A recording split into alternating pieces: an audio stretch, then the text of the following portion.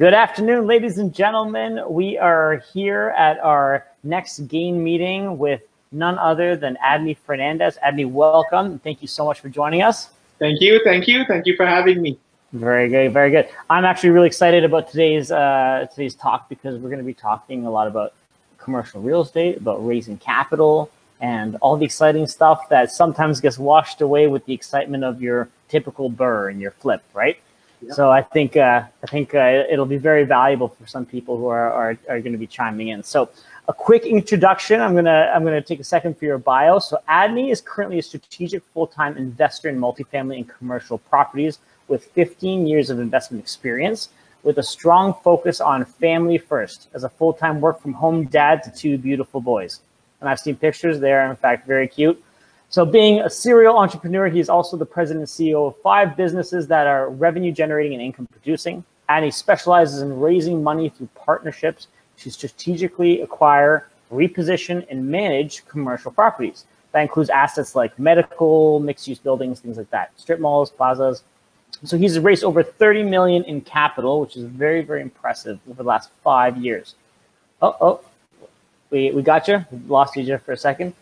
Adney has also mentored several clients and partners who've raised about $5 million in the last 3 years, which is really, really cool. So it just goes to show you that with a proven system and the right mentorship, you can reproduce the same outcome.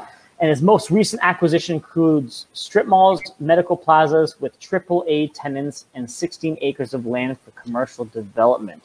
Very, very cool. And once again, thank you so much for joining us. So just to kind of start us off here, Adney, what was your life prior to real estate?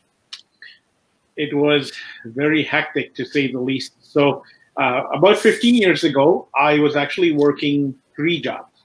So I was working 2 full-time jobs on the weekdays, 1 on the weekends, and I was doing real estate on the side.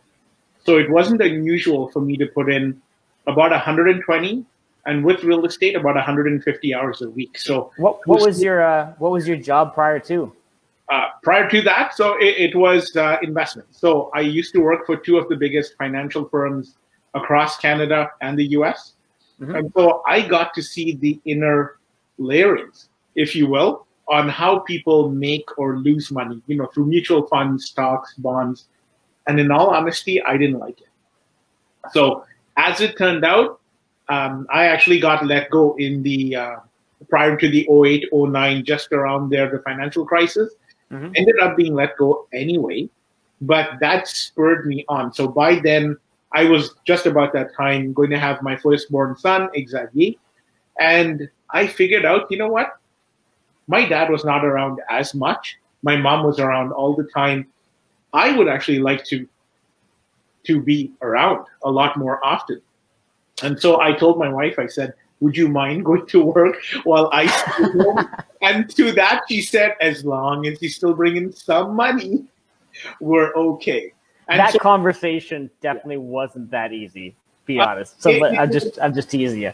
It's you know what? It wasn't an easy conversation. I'm, of course, paraphrasing for effect. But basically what I did tell my wife is I said, I have a plan to move from residential to commercial properties. I want to quit my 3 jobs, but I want to make enough money in the multifamily and commercial properties just to sustain me. I mean, in all honesty, Alex, you don't need a lot of money to stay home. If you're not traveling lots, you don't need tons of gas, your car insurance comes down, you're not eating a whole heck of a lot. I mean, your expenses, I found, came down about 20–30%, give or take. And so I mapped out what I would need to stay home while not putting a strain on our finances. And it really was about $3,000 a month net is what I needed. That's good. That's very good. So I pivoted. I didn't have anybody to teach me, so I learned it the hard way. Lost some money doing it. But I pivoted. I bought a 6-unit building, a 26-unit building. Like I jumped and I jumped. And then I was done. And I was making just enough money where I could stay home with my boys. So I've been a stay-at-home dad for the last 11 years now. That's amazing. And, yeah. And I'm trying to help other people do it as well. That's it. That's what it all is about, right? The purpose of business is not to, be anything other than to fund the perfect life. And I think that's why sometimes I have to recheck myself too. Is like, I'm working all this time. Like, what's the point of all of it, right? Mm-hmm. And we've got a little guy at home too, and we're expecting number 2, so we're going to be in a similar boat as you as well. But you got to kind of see, at the end of the day, I want to be present just as well. So good on you for making that decision. The one thing I would say, though, is that comment you made where if you're at home, you end up eating less. I just was at home because of COVID, and I think the COVID-19 is like the 19 pounds that I gained while staying at home. Oh, so I don't know, man. That inside, you're trapped. Sometimes there's nothing better, but I actually end up eating less when I'm trapped. So when I'm home, I don't know what it is.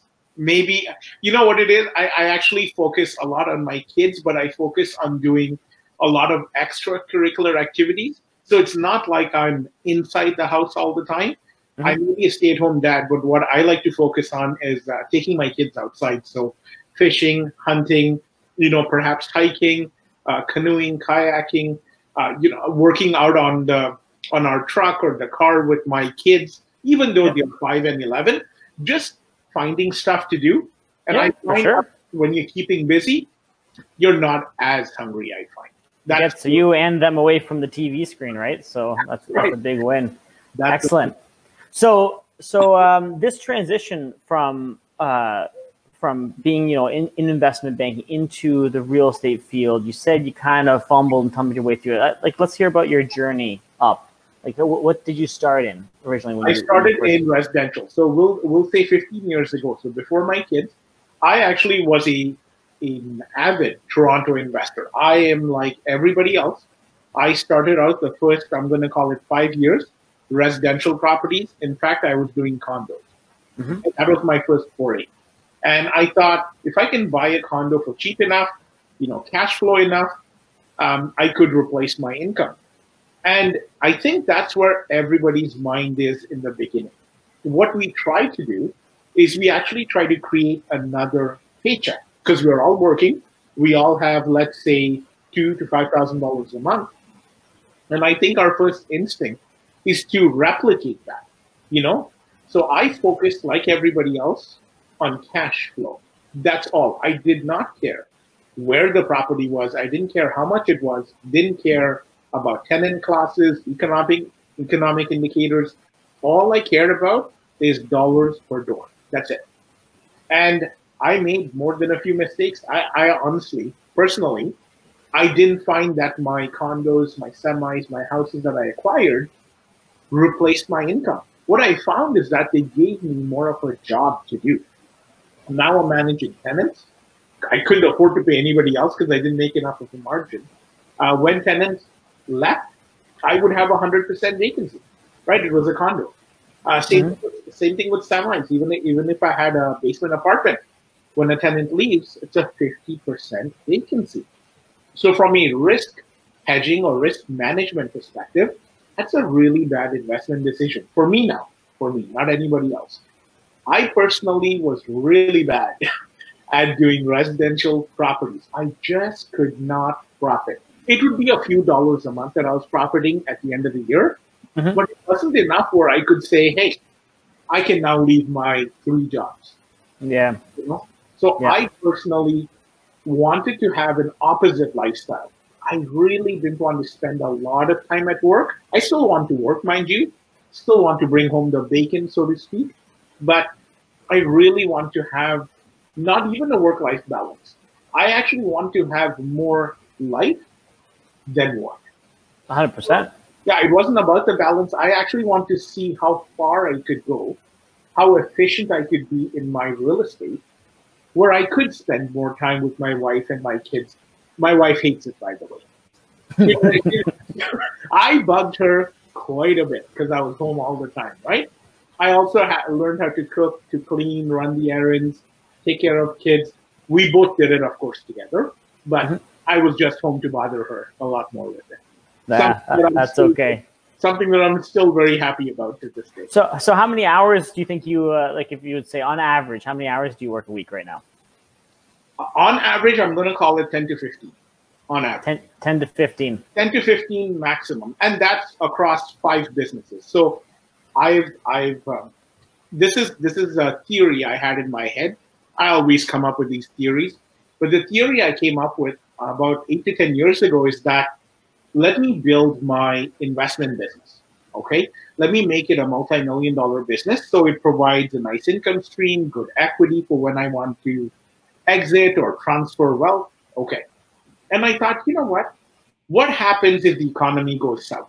If something happens, let me see if I can create 3 to 5 businesses in real estate with different income streams that don't just depend on commercial properties. And so one of my other businesses is, of course, the Oncom Club. Mm-hmm. And I have 3 other businesses all related to real estate. And really, it's a risk management tactic in my head. I'm thinking, hey, if the commercial goes down during COVID-19, then my 4 other businesses will still provide me with money, equity, cash flow, and so on. It was just a theory I had 10 years ago, and I've been practicing and really chugging it along. I'm happy to say 10 years later, those 5 businesses are flourishing. Keeping in mind, they all weren't done, at once. Yep. I opened one business every couple of years. I had to learn what I'm doing, then I had to master it, right? Then I had to repeat it. And once I felt like that business was running or chugging along well, then I would venture into a new business platform and kind of take it from there. Good stuff. So just for those watching, the Oncom Club is a club that Adney runs, which is the Ontario Commercial and Multifamily. Is that correct? That's what the Oncom stands for. Okay, yeah. Definitely check it out.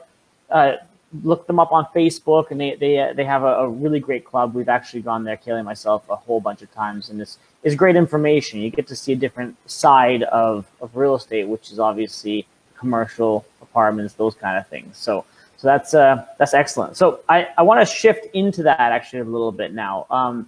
And on the platform of COVID right now, I know there's a lot of talk about overall skepticism of like office buildings, for example. Everyone's working at home now, and people are isolated. And now businesses, some of them, like for example, my father, he's a mechanical engineer, and he runs the engineering department, and the executives have been talking about that their production hasn't actually slowed down much. So now they're wondering, okay, can we save a lot of money on real estate if we just have people working from home and we do these calls, right? So what's your take on that whole side from the office's standpoint?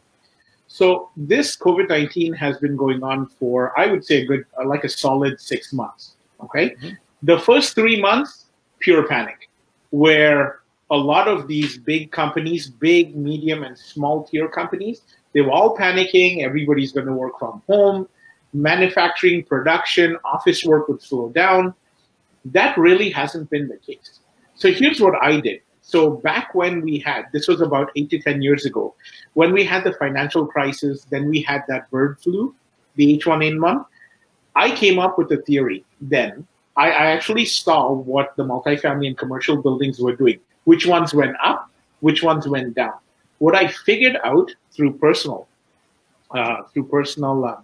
searches, I did my own research. What I found out is that the government backs certain businesses, okay? So, for example, if you look at the list of essential workplaces for Ontario, you'll see what the government backs. You'll see what the government keeps open in a true emergency like COVID-19, which is a worldwide pandemic. Those are the businesses that I actually chose about 8 to 10 years ago to keep. So what I realized then during financial crisis and the bird flu, the H1N1 virus, is that if I'm going to delve into office buildings and retail plazas and warehouse, which is what I do, I've got to have the tenants that the Ontario government would back. That makes sense? There is no stoppage in rent. Their production doesn't decrease, it actually increases. Okay, so for example, medical. A lot of my medical buildings that I have, they've actually risen in value by 400,000. Okay, nothing. I'm actually getting multiple offers on buildings that were seeing one offer every 6 months. So there is now a huge demand for my retail plazas, my office buildings, my warehouses, but it's because I have those strategic tenants. That's what I'm going to call them. These are tenants that are backed no matter what. Just like a residential tenant, right? Would you want to have a tenant that perhaps is on welfare, getting guaranteed income, or would you prefer to have a tenant that is perhaps in the professional trade, maybe an engineer, right? Maybe an architect, maybe a doctor. There are pros and cons to both, in all honesty. I would actually prefer the latter. Okay, that's what I've done with my commercial real estate. So whether I think a lot of people are following suit with that, because especially now with the struggles at the landlord-tenant board, you want somebody that can pay their rent, right?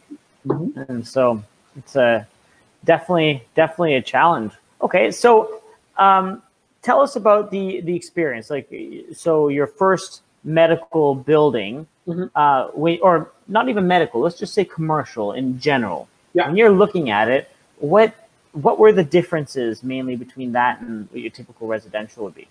So I wanted to be more efficient. So this is just for me now. I wanted to be a stay-at-home dad. So keep that big goal in mind. I knew that I want to spend 80% of my time being a stay-at-home dad, being a stay-at-home husband. And so what I did was I figured out how little I needed to spend on my business, but still bring in a good chunk of money. Mm-hmm. Okay? That's really what moved me to commercial properties. So one of the big differences really is the efficiency of time and management. So I could spend the same amount of time managing a duplex or, a house with up and down as I would managing, let's say, an 8 to 10 unit building. It actually is the same amount of time. It isn't that much more. I'm not talking about renovations, mind you. I'm just talking about day-to-day management. What I've found is an 8 to 10 unit building, honestly, not that much more work than a residential. So right there, that saved me a ton of time. The other thing I like too personally is that the multi-unit buildings and the bigger mixed-use properties with commercial in it tended to have a higher profit margin. Okay, that's what I like. I like that if I invested $1 into a much bigger property, I'm getting a 3-to-1 to a 5-to-1 return on my money. So if I'm investing $100,000, I can see somewhere between $300,000 to $500,000 back in an appraisal. Whereas on a residential property, I can only lift it up so much. Keeping in mind pros and cons, right? There's nothing wrong with residential. It's just different. I like the profit margin. That the bigger profit margin means that I only have to buy 1 to 2 properties a year, right? So less time on my part. Now I can manage it with less time. It's only 1 to 2 properties a year. And it gives me time to acclimate myself to the property. With residential, I found I had to really focus on volume. If I wasn't buying a property, I was selling it. For sure. If I wasn't selling, I was refinancing. Again, all pros and cons, right? Depends on how you want to run your lifestyle. That really is what. So the strategy that we typically gravitate to, and this could be either residential, this could be like we're doing an 8-unit apartment building right now, where we really see the benefits is from the massive uplifts we can take. So we take a distressed property. So we're looking for like D-class, C-class properties, that kind of thing, and we're bringing them up to an A-class level. Are you doing the same thing with commercial properties? No. So I moved away from that particular strategy. That's what I was doing previously. I was investing in small and big towns all over Ontario. That actually was my strategy 8 to 10 years ago. All right. So you're telling me you can buy a property and do no work and still make money? Yeah. Yeah. Yeah, for real. You can. I'm not saying, it's not that way every time. You really have to be strategic. Your skill set does have to be at a higher level to see that opportunity. But I can tell you with 500% certainty that I have bought properties, not put a dollar of renovation money into it, and sold it for $1 million to $2 million 3 to 5 years later. All I've done is churn over the tenants, right? Strategically put the right kind of tenants in there. Now, keep in mind, I haven't been able to do that on residential. I'm talking about commercial, right? Yeah. Profit margin is a little bit bigger. Mm-hmm. And just like you, I have an eye for those kinds of properties. And keeping in mind, I've been doing it 15 years. So I don't really want people to think that what you and I do comes at a drop of a hat. What you and I do comes with 5, 10, 15 years of experience. And so we see the good, bad, and ugly in every deal. That's really, we look at properties the same way. I just have a different way of looking at it on the commercial side. That's truly what it is. Yeah. So let me ask you this too. In a commercial type setting, when you're, for example, in residential properties like an apartment building or 2, 3, 4, 5 unit, 6 unit properties, the residential side is in such demand because of our housing shortage. So with commercial, do you have longer vacancy periods? Is it harder to fill those units? And then what do you do during those times? I mean, considering obviously with yours, you're dealing with a lot more zeros at the end of your number when you're looking at it, right? Okay, so it's a pro and con again, okay? So here's the way it works. Residential is great because your money is less at risk. We'll put it that way. So if a tenant leaves, yes, you have a 50 or 100% vacancy, but it's likely that you will get a good tenant or another lease within the next 30 to, let's call it 60 days, okay? Because there is a housing shortage. With commercial, I'm actually seeing vacancies between 6 months to a year. Okay, that's the norm. Now that's a year, 12 months of not receiving income. But I'll tell you, the pro of it is that I actually have 10, 15, and 25-year leases on most of my tenants. Keep that in mind. And now they are not just standard leases, what we call base rents. It's not, you're not just paying $5,000 a month for 1,000 square feet. They are escalating. So you know how I can kind of project over 10 years what I think the appreciation will be, where I think what the expenses are going to be. I pro forma all that out. I know what I want to sell the building for in 5 years and 10 years. And that's what I charge to the tenants to get me to my end goal. So to make my building worth $1 million to $2 million in profit at the end of 5 years, I've got to raise rents by a certain standard. Yeah. And so that's what I do. They're called escalating rents. Imagine escalating rents on a 5-10 year lease. You don't have to negotiate. You don't have to pay a realtor. You don't have to list anything. They're there. Yeah, but for these medical buildings and things like that, I mean, these guys aren't moving quickly. Their practice is there. Their clientele is typically around, you know? Correct. Once they've built up their practice, which is where most businesses need help, once the foot traffic is there, they're set. I don't want to say set for life because, you know, obviously things happen, but I can honestly say my tenants are staying for 10, 15, 25 years. I actually have 2 25-year escalating leases. Imagine that, 3% a year or 5% a year for the dynamite. Next 5 years.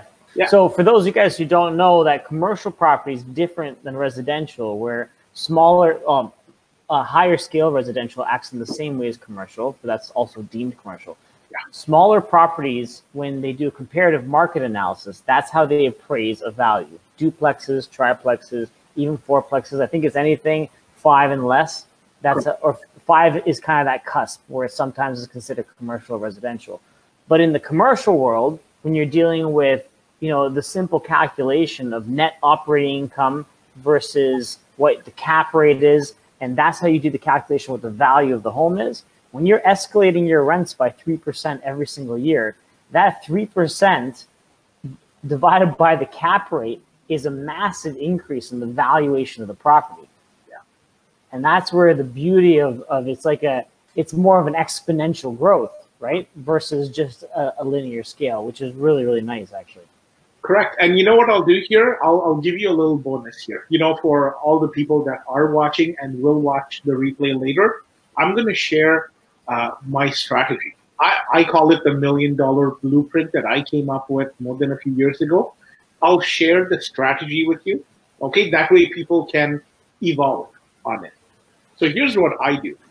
I only buy a property if I can make $1 million to $2 million in profit every 3 to 5 years. So I will not acquire a property unless I'm making, again, $1 million to $2 million in profit after the capital is paid across 3 to 5 years. If I cannot see the path to that $1 million to $2 million profit, I don't even touch the property. Okay, so that's my $1 million strategy. There's obviously a lot more that goes into it, but I just want to share to people who are getting into multifamily, into mixed use, into strip malls, plazas. That's not a bad strategy to have. It makes you a lot more efficient. It makes you a lot more strategic when you're buying properties. You don't just pick up any property, right? You don't just want to hold assets. You really want to grow that wealth over time. And that's really the big focus for a lot of people. No, that's awesome. Can you explain to the group a little bit about the different lease styles? Because once again, in residential, you have a pretty much nowadays like an Ontario standard lease that we all have to abide by, and you can put an amendment to that outlines some other additions that us landlords may have, like don't put up a satellite dish all around the house kind of thing. But from a commercial, I know that there's some really cool ways that you can offload some of the costs that you have to incur as a typical landlord would. And so there's things like single net, double net, triple net leases. Do you want to explain us to the group a little bit about that? Yeah, it's actually pretty simple. I thought it was complex when I first got into it. Honestly, it really isn't that complex. The single net basically means that you're offloading one of the expenses that you normally wouldn't offload. Okay, so let's just pretend for a second a AAA tenant will pay for all the hydro and maintenance. Okay, a double net, so a double A tenant will actually pay for hydro, maintenance, and taxes on the property. Okay, stuff that's usually covered by me. Because they're double net, I can now offload it to them. Triple net is actually the best of the best. So I think you meant to say single net was the first one, right? Not triple net. Single net was the first one. Double net was the second one. So yeah, and then triple net.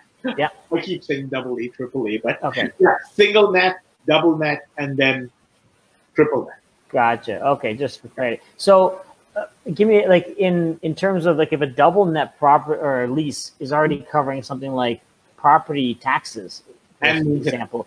Yeah, what could a triple net do that's actually above and beyond that? Like, they will also pay for the insurance on the property.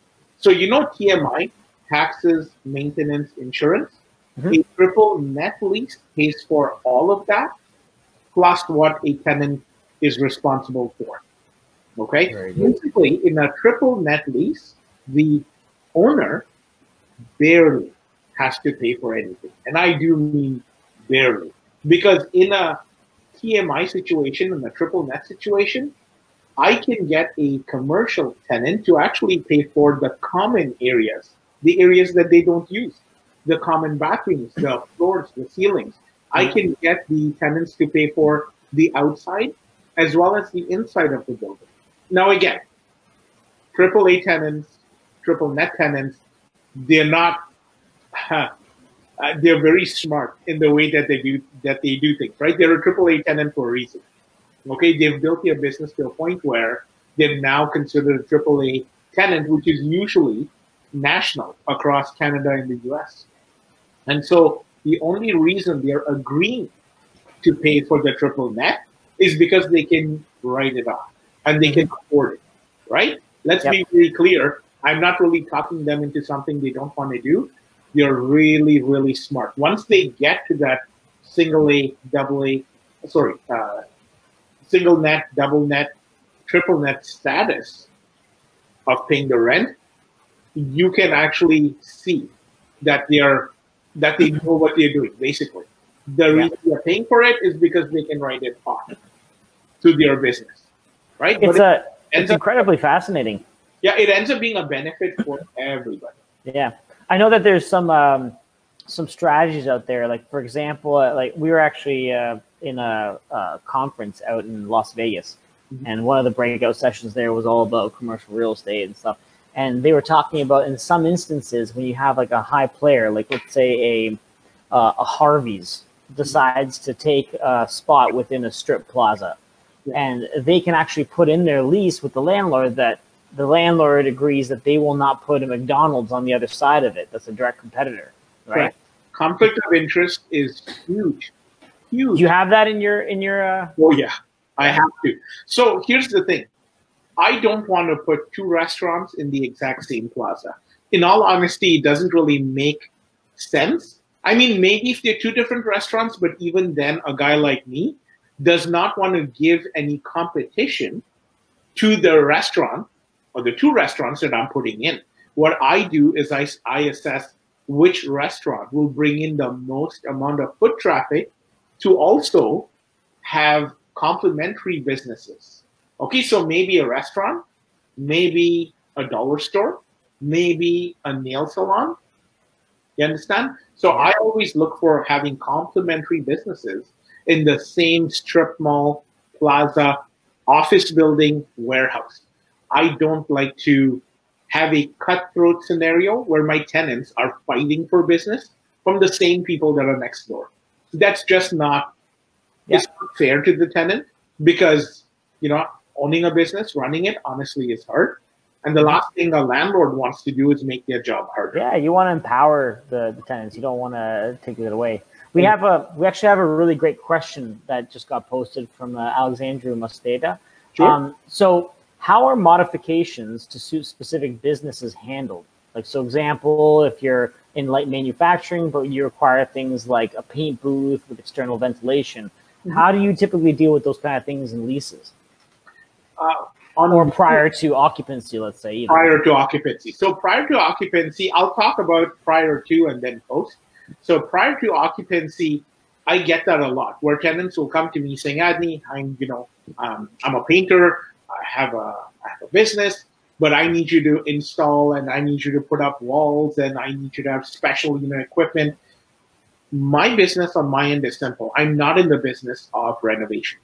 I'm not in the business of construction. So my response is very simple. You take care of the renovations. I will give you a little bit of a discount for the first year because you're doing those renovations. In fact, a lot of the tenants, Alex, do strategic renovations. They will actually upgrade the electrical, the HVAC to natural gas. They will upgrade the plumbing. So they will actually do a lot of things that will raise the capital value of my building. And so in return for that, I give them a little bit of a discount. Okay, for the first year, maybe the first 5 years, maybe I'll put an escalating, incentive. Okay, but post them moving in. So let's say post occupancy, I do get a lot of those requests where a tenant will come to me saying, Adney, you know what? I've been doing this painting thing for a while, but I seem to be making a lot more money in replacing windshields for cars. So now I need to change the whole thing up. And that's when you have to get a little bit creative, right? So now you have to change the lease, the usage. But what I do on my end is I do the same thing, just to keep things simple, right? What I do is I tell them, no problem. You want to shift your business into a different drive. You want to pivot, no problem. You're going to fund that business. You're going to change it all up. And if possible, I will give you a little bit of a discount. So the rents never go down. They're just incentivized, is what it is. Okay, gotcha. But lots of good ways to deal with it. That was a good question. So realistically, it's more like case by case, and right, you're negotiating with another business is effectively what you're doing, right? And at the end of the day, you're trying to create a win-win scenario as best you can. A win-win-win, exactly. So I always have to look out for not just me, right, Alex? Because I actually have investors. I have a pool of 30 to $50 million investors that I've pulled together. I am actually looking for a win scenario for them first, a win scenario for my tenant next, because I want them to grow. If they grow, then I can also squeeze out a little bit of profit for my family as well. So it truly is a triangle. It's a win-win-win scenario on every No, it's a great question. So I want to shift a little bit over to the finance side now of things. So it's funny. I think I was talking to Mandy Brenham. We were talking about, where do you find the whales, right? The people with the big, deep pockets. So in your example, like when you're buying a strip plaza, you're talking like, once again, couple extra zeros, $30 million. For us to joint venture with somebody, it's like we might need 200,000, and typically at your average networking event, you meet somebody who's interested, you get that money back in the first 6-7 months, depending on the permit process. Yeah, it's a comfortable kind of area for people who want to get started. Now you're walking up to somebody and like, hey, this one needs $3 million. It's a little bit of a different conversation. Yes. So how do you approach that? It's not, I'm going to say it's not hard, but Alex, it can be complex. Okay, so I'll be fair. It obviously is not as simple as anybody makes it out to be. There's a lot that goes into it. It's about the other person, the high net worth individual, trusting that you can do the job that you say you're going to do. So that's the big thing on my end. It doesn't matter what businesses you're seeing. If I say I'm going to do something for 15 years, I focus on achieving that goal, right? Money comes first. When in partnerships, it's not only the personal relationship. You don't only have to like the person. In all honesty, money makes money. I mean, I don't want to say it that way, but truly, that's what it is for an investor. They're not there to make you part of your family. They're there for you to make them money. 100%. So then how do you start talking to somebody who, let's say, is a new beginning investor, maybe doesn't have the experience, maybe doesn't have the breadth of knowledge that's 15 years behind them, but they have the integrity. And at the end of the day, I know there's a lot of people out there who would do it given the opportunity. How did those people start? How do they start? Like I started, 10, 15 years ago. So I would say the best thing to do, you can do it one of two ways, honestly. They can do it like you and me. We can do it on our own. We can risk our own money. So our 100, 200, 500,000, we can risk it all. And we can go into 1 to 2 projects and figure out our infrastructure, our system, how our company works, the company process, how many employees do we need. The second way, which I am going to recommend, is to get a mentor. In all honesty, whether it's a residential BRRRR strategy, whether you're buying or selling a property, use a realtor, whether you're going into multifamily or commercial, get the appropriate mentor. Because a lot of people think power team, right? Lawyer, accountant, appraiser. At the top, right here, behind all of these guys, is a mentor or a strategic consultant or an advisor. Or a coach. Or a coach. No, that's exactly it. A mentor and a 100%. coach. I think people should not risk losing money, whether it's a BRRRR strategy on residential or a BRRRR strategy on multifamily. I don't think anybody should play around with money.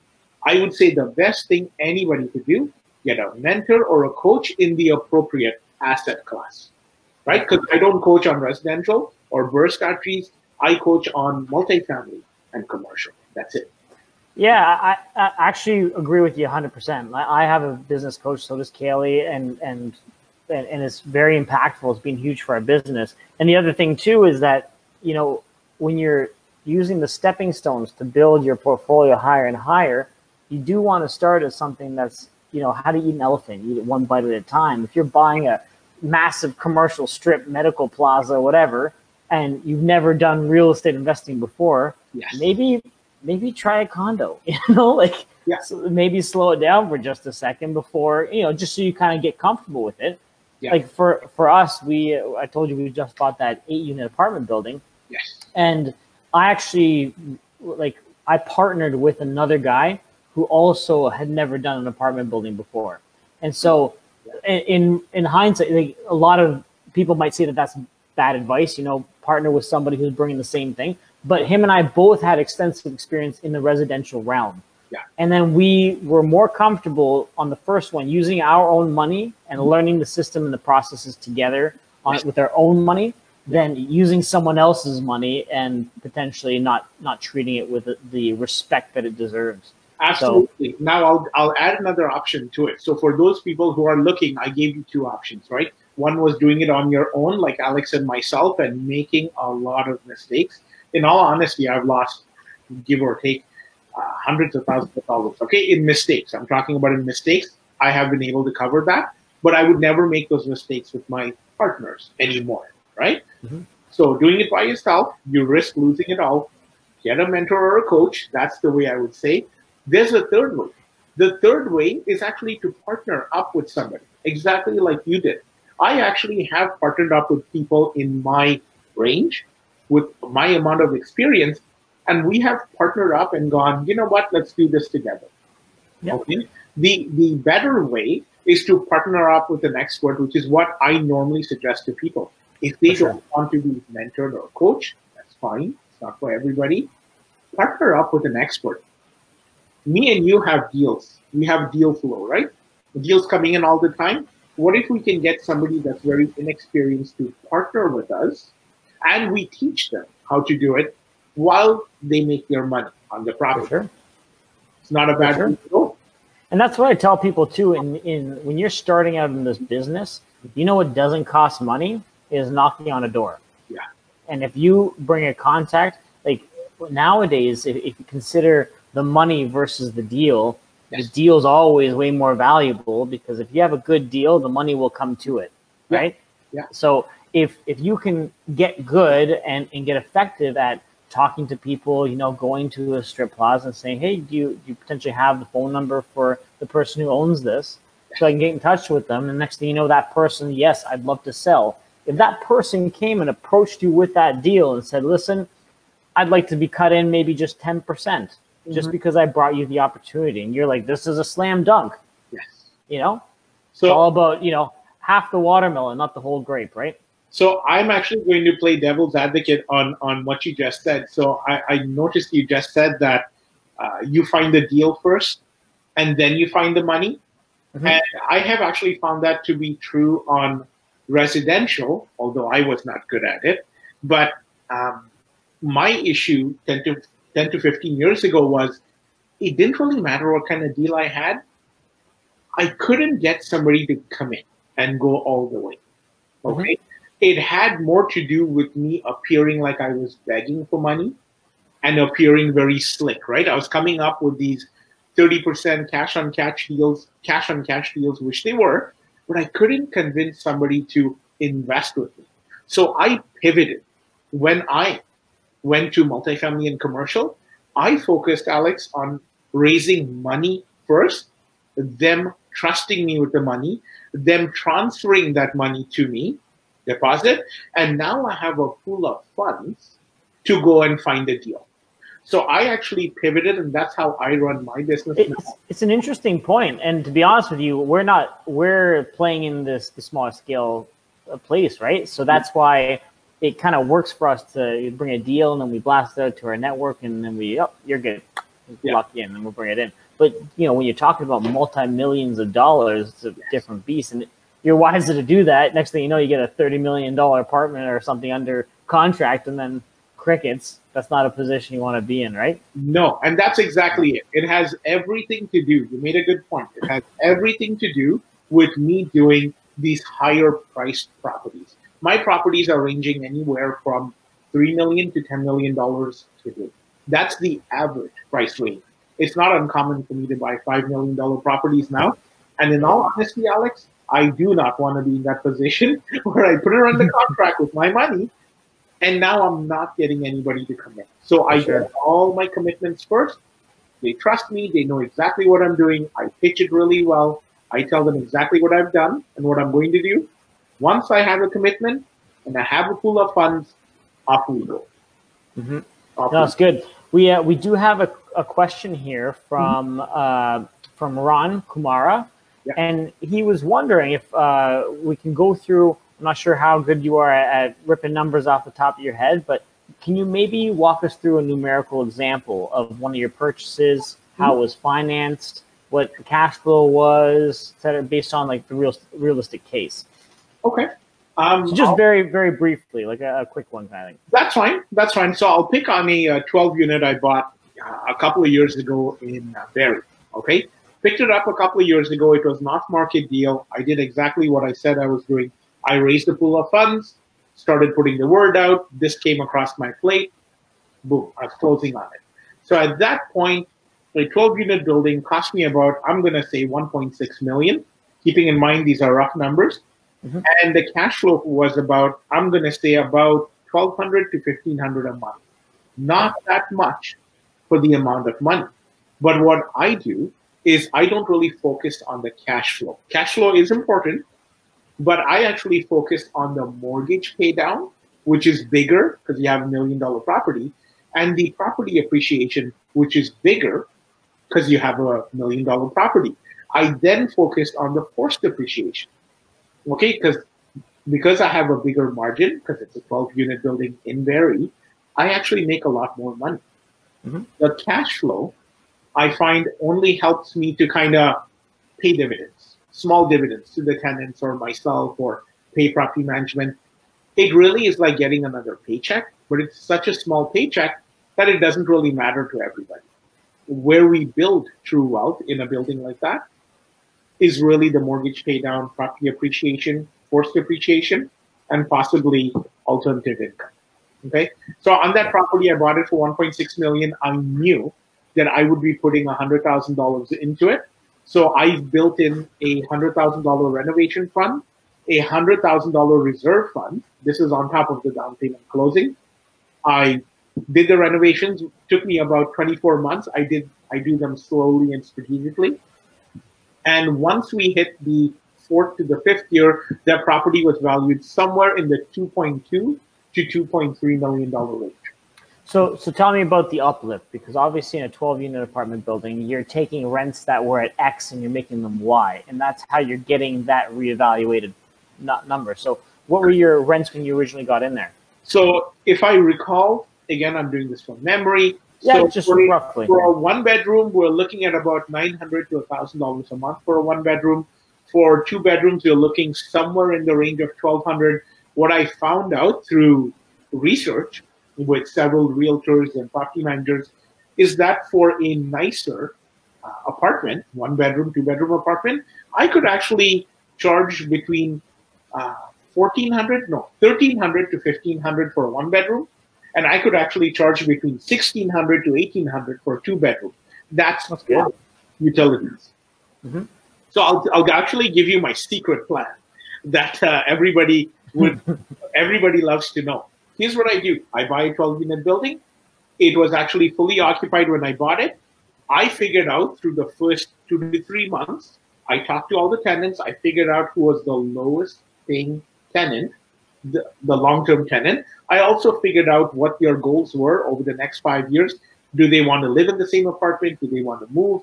And I came up with a plan to exit one tenant, okay? Because there's always one bad seed in an apartment building. I exited the one bad seed, took me a month to 2 months, renovated that apartment, and here's what I did. I offered that apartment, that one-bedroom apartment, to the rest of the 11 tenants. I got one of them to move. Now I have an empty apartment. I'll renovate that, offer it to the rest of the group, and I would always go for 2 to 3 year leases on residential. Okay, so when an apartment is nicely finished, I don't find that there's much resistance to that. They can, of course, leave it. That's actually a really interesting point. I've actually gotten 5 year leases. That's what I like to do on my multi-unit 1, 2, 3 bedroom units. I get 5 year leases.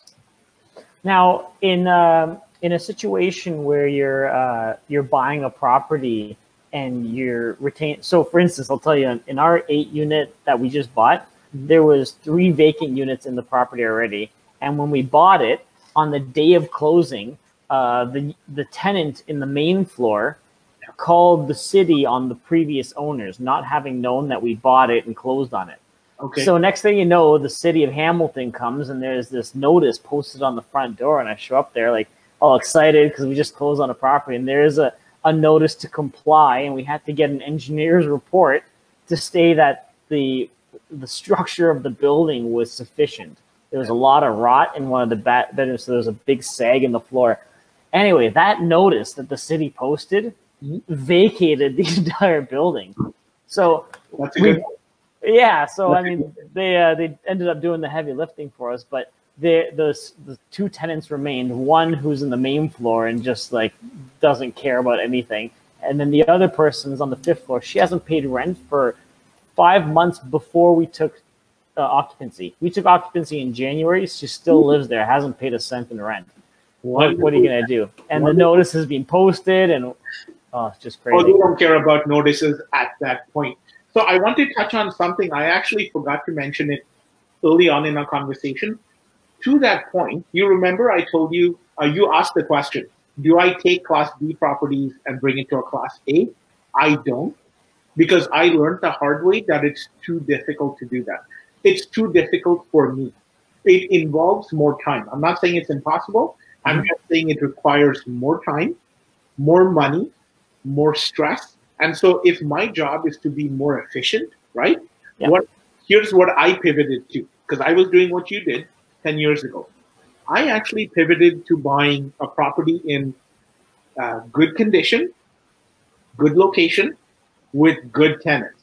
Okay, so I am actually buying a grade A to a grade B property. Sorry, a Class A to a Class B property, and to improve it just a little bit. That's all I do. What I have found out, Alex, through trial and error, is that still makes me $1 million to $2 million in profit every 3 to 5 years. It's just about efficiency on time. I'm not saying it doesn't work. They both work well. But if you want to spend less time, less money, less stress over the first 24 to 36 months of acquiring a building, try buying a grade A to a grade B property and just improving it slightly. Yeah, it's actually an incredible strategy. For me, the way I see it right now is that the construction process excites me. I get a lot out of it, and that's I think the most important part. And the key takeaway, I think, is that it really depends on what you want. And the good thing is you can make money both ways. So why the heck not, right? Correct. I tell people all the time, I go, I love the birth strategy. I used to love buying Class B and B properties and bringing them to Class A. Honestly, that process for me was a 3 to 5 year process because I chugged along a little bit slower. But it was exciting for me when I did not have kids. And that's what changed. Now, this is personal, not for everybody, but it changed when I knew my wife was pregnant, and I thought, you know what? I really love doing construction renovation. I really love seeing the change that I could make in a space. I love dealing with the trades. It was challenging and I loved it, but I really had to pivot to save on my time. That's what it was for me personally, not for everybody, of course. Pros and cons, right? Excellent. Yeah, man, for sure. Well, listen, that, like, you know how we were talking about the time frame, we're almost at the full hour. So just to kind of wrap things up a little bit here is, what would be your one piece of advice that you would leave the viewers with? If they're interested in getting into commercial, what should they do? Get a mentor or coach or partner up with somebody who is an expert. Okay? Find somebody in the community, get some referrals, talk to people, talk to your power team members and go, who's the multifamily and commercial guy or girl? Go interview them, talk to them, figure out their experience, and either get mentored by them so that you can run your own shop or partner with them and then learn. And the biggest thing I will always say to everybody, Alex, level up. You know, we all get comfortable doing our residential, our multi-unit, our bursts, our rent-to-owns, our wholesales. I'm challenging everybody to level up, gain a different skill set, because we're all under COVID-19. It is the best time to learn a new skill set. You know, maybe raising money, maybe wholesaling, maybe birth, maybe commercial properties. Figure out what's good for your lifestyle and level up today. I think that's true for every investor and entrepreneur out there. Level up today. Don't wait. Some good advice by a master in the commercial department. Now, I will also say another piece of advice for those folks: join the Oncom Club. It's a great club. I'm a big advocate of it. As I say, Kelly and I have gone on multiple occasions. It's great.